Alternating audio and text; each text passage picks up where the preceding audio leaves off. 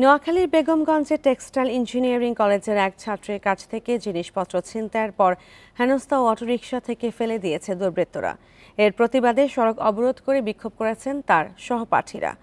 বুধবার রাত 10টা থেকে 12টা পর্যন্ত উপজেলার চৌমুহনী চৌরাস্তায় তারা এই কর্মসূচি পালন করেন। শিক্ষার্থীরা জানান, কলেজের ইফতার মাহফিল শেষে অটোরিকশায় বাড়ি ফিরছিলেন ওই ছাত্রী। পথে অটোরিকশার দুই যাত্রী তাকে হেনস্থা করে। এক পর্যায়ে তার ফোন ও নগদ টাকা ছিনিয়ে নেয়। এই সময় সে চিৎকার করলে অটোরিকশা থেকে তাকে ফেলে দিয়ে পালিয়ে যায় তারা। এই ঈদে জামা জুতো অ্যাকসেসরিজের ডিসকাউন্ট। এই খবর ছড়িয়ে পড়লে শিক্ষার্থীরা অভিযুক্তদের চিহ্নিত করে আইনের আওতায় আনার দাবিতে 3 ঘণ্টা সড়ক অবরোধ করে রাখেন। পরে প্রশাসনের আশ্বাসে অবরোধ তুলে নেন তারা।